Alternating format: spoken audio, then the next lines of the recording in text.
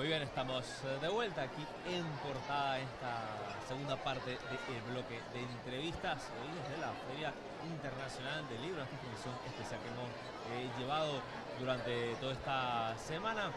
Bueno, desde cámara se puede ver un alboroto de niños, de jóvenes que están visitando la feria. Está llenísimo esto, lo cual bueno, es una buenísima señal, creo que para todos, de el interés que tiene la juventud en leer y en buscar libros y literatura. Pero hoy vamos a hablar precisamente sobre uno de los temas que está sobre la mesa en esta feria del libro. Vamos a hablar sobre las comunidades indígenas y concretamente de un libro publicado que se va a presentar en el día de hoy. Estamos hablando del libro El pueblo Bribri en Panamá, ocupación ancestral y lugares sagrados de Jonathan González Kiel y también de Kevin Sánchez, que es antropólogo. Ambos son autores de este libro.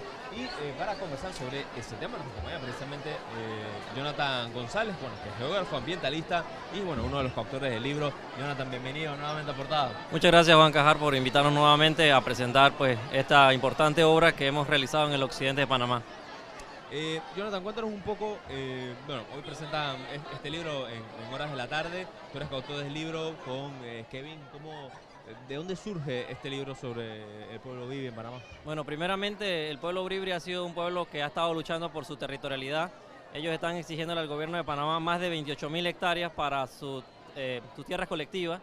Entonces la Coordinadora de Pueblos Indígenas en su programa de seguridad territorial abrieron un estudio que se llamaba Usos y ocupación ancestral del territorio Bribri y el territorio Targargunyala en la zona más oriental del país. Ambas naciones indígenas requieren efectivamente proteger los lugares sagrados, proteger su cosmovisión, y la Coordinadora de Pueblos Indígenas convoca, y es a través del Centro de Estudios Sociales y Acción Social Panameña, CEASPA, pues que nosotros nos enmarcamos, fuimos los investigadores seleccionados, sí. Kevin Sánchez Saavedra y mi persona, junto con el profesor Francisco Herrera, que nos estuvo colaborando con la parte intelectual. Claro. Cuéntanos, bueno, yo sé que tú eres geógrafo, quisiera que nos ubicaras, sobre todo para la audiencia, cómo se ubica geográficamente este trabajo. El pueblo Bribri, sé que estaba bueno, entre Costa Rica y Panamá, y bueno, ¿qué hallazgos encontraron en esta investigación? Bueno, geográficamente el pueblo Bribri está incrustado entre las dos naciones, panameña y costarricense, en esa zona fronteriza de la cuenca del río Zigzaola, pero específicamente nuestro estudio se va a delimitar a la cuenca del río Ishori en lengua bribri, en lengua panameña, en español sería el río Yorquín. Allí habitan 4 comunidades, hay 4 comunidades bribri, y históricamente estos pueblos han sido desconocidos por la Academia Panameña. Reina Torres Araúz efectivamente niega la existencia de tal pueblo bribri panameño como tal, y nosotros vamos a no solamente a hacer la documentación que se nos pidió. ¿Qué señalaba la doctora Reina Torres Araúz en esas investigaciones?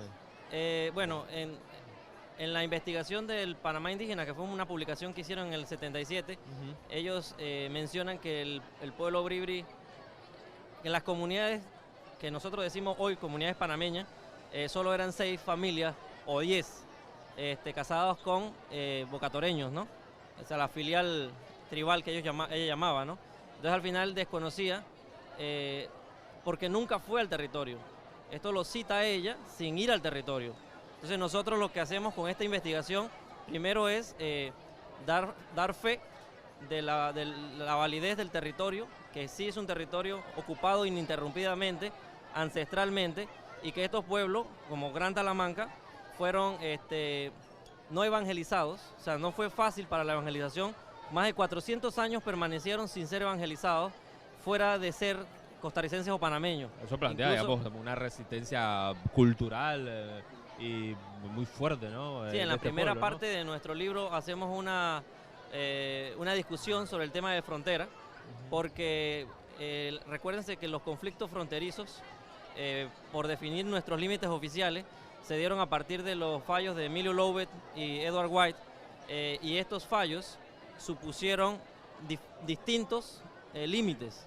Entonces los pueblos bribri estaban atrapados en esa discusión, y en algunos momentos, tanto los bribri que son de Costa Rica no se autodefinían costarricenses.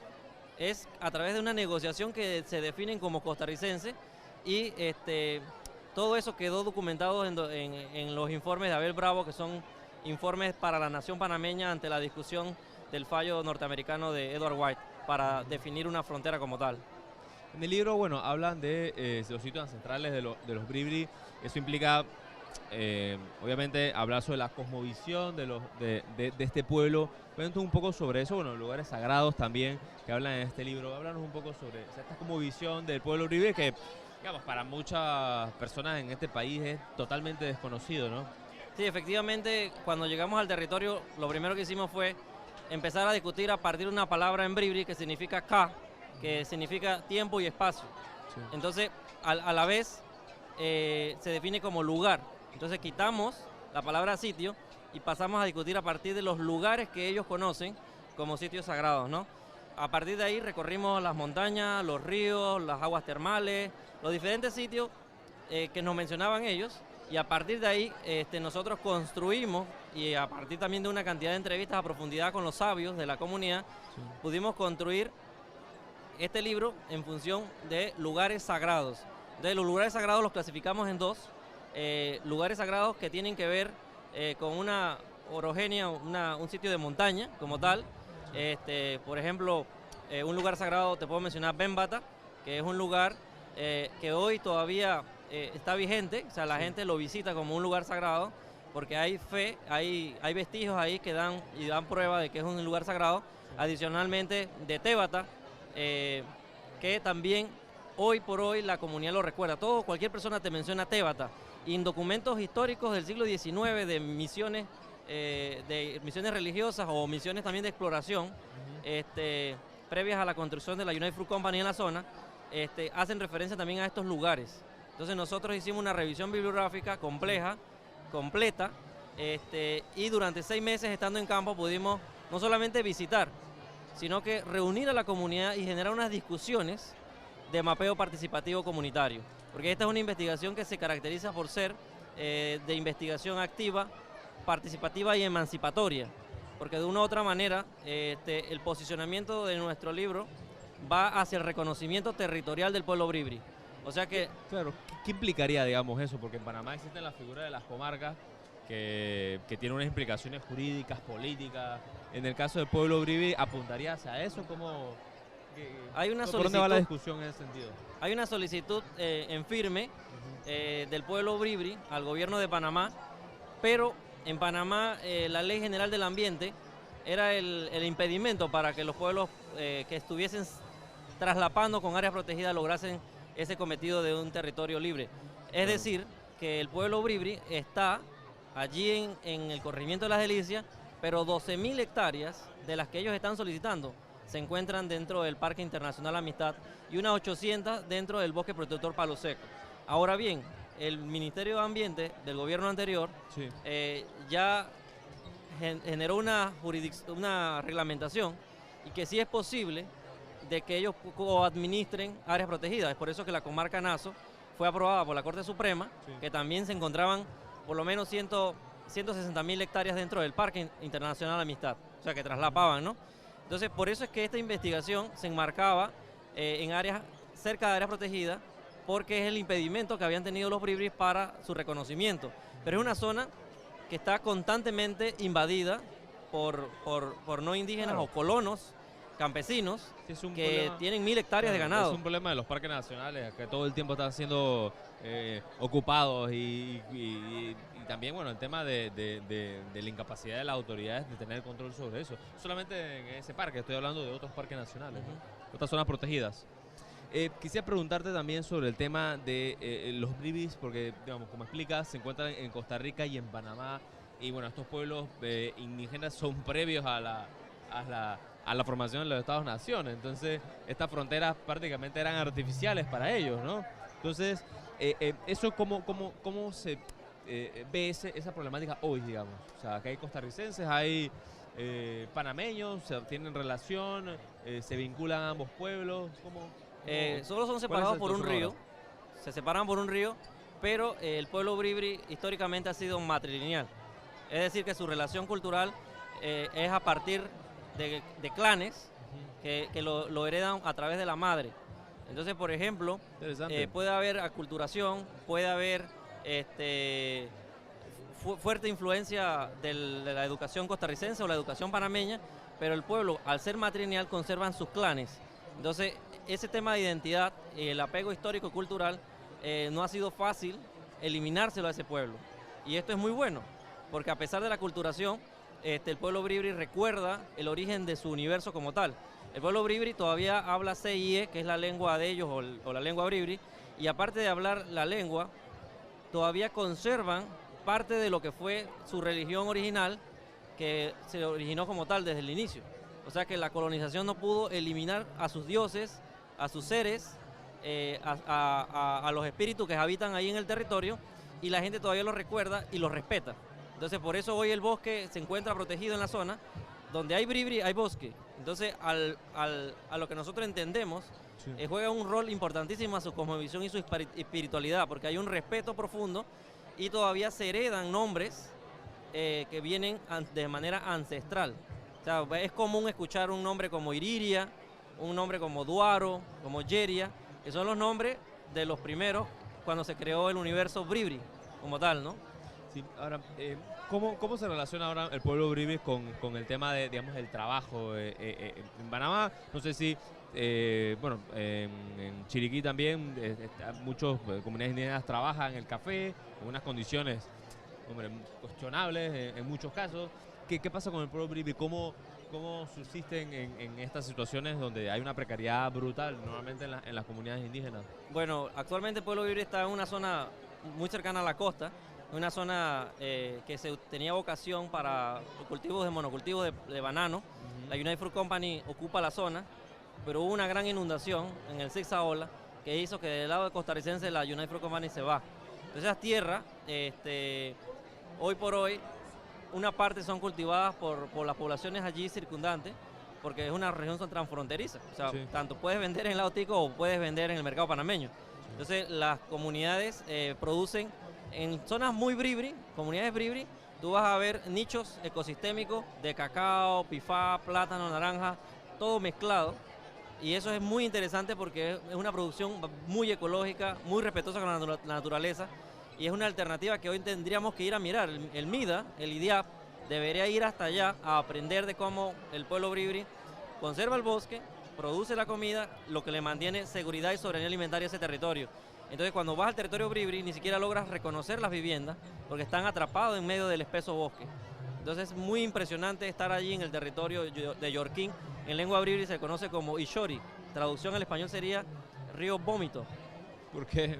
Río vómito, bueno, algunos que han escrito han dicho que hay aguas asulfuradas, hay aguas termales en el Brady, y es probablemente que por las aguas termales se genera, digamos, esa condición de espuma y de color que hace que parezca que es un vómito, ¿no?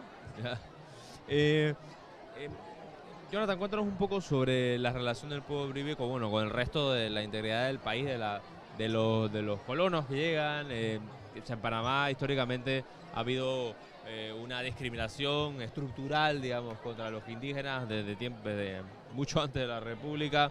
¿Qué pasa ahora? Esta relación con los bribris, ¿hay elementos de racismo circundantes en ese sentido? Pienso que sí, pero bueno, quisiera que nos contaras más al respecto. Al parecer el pueblo bribri también se han casado con colonos en la zona. Eso es una realidad. De hecho hay un tío mío ahí, fue a vivir allá y se casó con una bribri. Y lo descubrí en medio de la investigación. Sí, pero a pesar de todo eso, el pueblo bribri hoy por hoy denuncia cómo los colonos llegan y destruyen el bosque. Alrededor del territorio hay cientos de hectáreas que están siendo derribadas día a día, apoyado con el gobierno nacional, apoyado por la autoridad de tierra. Entonces el pueblo bribri denuncia esto permanentemente, pero mantiene una sana convivencia en la zona. Es un pueblo que busca los mecanismos legales para reclamar justicia. Lamentablemente no se le escucha. Lamentablemente el Ministerio de Ambiente no tiene cobertura en la zona. Claro. Cuando estuvimos nosotros había un nicaragüense que había destruido el bosque. De la autoridad de ambiente. Y había una inspección, nada más quitaron las motosierras, pero nuevamente meses después otra vez restablecieron la destrucción del territorio, ¿no? Entonces el pueblo bribri Es el último pueblo en Panamá, porque ya oficialmente el pueblo bribri se reconoce como un pueblo en Panamá, pero no tiene comarca y no tiene tierra colectiva. Entonces, hoy por hoy, siendo el pueblo más pequeño en el censo de población, en el último censo de población del 2010, se registraron un poquito más de 1000 habitantes. En el del 2000 se habían registrado 2500 habitantes, un poco más aproximado, y este año todavía no han revelado la cifra. Queremos que la cifra la dejen pública y nos permitan ver los datos, porque podríamos ver el crecimiento y el porqué del ritmo de este pueblo, demográficamente hablando, pero habría que ver también las presiones que han tenido en estos últimos 20 años que ha producido que esa población esté de esa forma. Antes de entrar ya en la recta final de la entrevista, Jonathan, quisiera preguntarte también sobre esta figura precisamente de las comarcas. Hay políticos y figuras en Panamá que plantean que las comarcas habría que modificarlas, incluso que son un obstáculo para el desarrollo comercial, incluso hasta políticos que aspiran a cargos públicos que están corriendo ahora mismo han planteado eliminar las comarcas porque no impide desarrollar el turismo, etcétera, etcétera. Tú que has trabajado en esta investigación, ¿cuál es tu evaluación de las comarcas, digamos, frente a este tipo de señalamientos? No, primeramente, este país debería declararse plurinacional, para empezar, porque son 7 pueblos que conservan su propia lengua, su propia ancestralidad, o sea que probablemente son los originales panameños del territorio panameño. Y el territorio sumado, si sumas todas las comarcas, sí, es un territorio que podría ser cuantioso, pero aún es insuficiente para el desarrollo de los mismos. Ahora bien, yo sé que la discusión está en torno al tema de productividad, de mercado liberal, pero digamos que los conocimientos y lo que hay dentro de esa comarca vale mucho más que explotar esas tierras y ponerlas productivas, sí, que es lo que quizás probablemente por lo cual dicen que son obstáculos para el desarrollo. Y ahí hay mucho desconocimiento. El territorio Nove, Buglé, que es vecino del Bribri, tiene terrenos que son sabanas veragüenses, o sea, son unos ecosistemas totalmente distintos a las tierras fértiles de los valles centrales de Panamá o los valles del occidente en Chiriquí. Son suelos que requieren una intervención mucho más compleja a la hora de fertilizarlos. Entonces realmente no vale la pena darle otro uso a esos suelos. Esos suelos hoy son resguardos, sí, ambientales, que tienen un valor ante la discusión de hoy de la venta de carbono, la discusión del cambio climático. La vocación que tienen estos suelos hoy y la ocupación y la ancestralidad de estos pueblos, es mucho mejor preservarlos porque estos pueblos van a seguir creciendo y la forma cultural de cómo se desarrollan va a demandar que tengan más espacio cada vez. Entonces es mejor que los gobiernos piensen en las tierras colectivas para el futuro de estos pueblos. Pero el tema ahí veo que habría que integrar, digamos, eso al desarrollo nacional, pero no hay, digamos, un proyecto, por lo menos por ahora, que se conozca, ni de los candidatos ni de los gobiernos que han pasado, un proyecto nacional que implique un desarrollo nacional que incluya a las comunidades indígenas, más allá de estas lógicas asistenciales e incluso clientelares. Efectivamente, durante el gobierno revolucionario de Omar Torrijos, hablaron de una oficina indigenista, una oficina que nombraron a 2 personas para todos los pueblos indígenas del país. Y año con año, hasta se ha creado un viceministerio de pueblos indígenas, pero sigue no existiendo una política nacional para los pueblos indígenas que vea el tema del desarrollo. SECOMRO, que es el Centro de Competitividad del Occidente, sí, de Panamá, se ha querido meter a la comarca para hablar de la 4ª línea de transmisión eléctrica, Canal Seco, una cantidad de proyectos que van a generar también despojo en los territorios. Entonces a veces el desarrollo que plantea la Cámara de Comercio, que plantean los empresarios, realmente todavía sigue con esa lógica de acumulación por despojo. O sea que piensan quitarle su territorio para entregárselo a una transnacional. Por ejemplo, vamos a hacer un ejemplo en el occidente, la Petroterminal.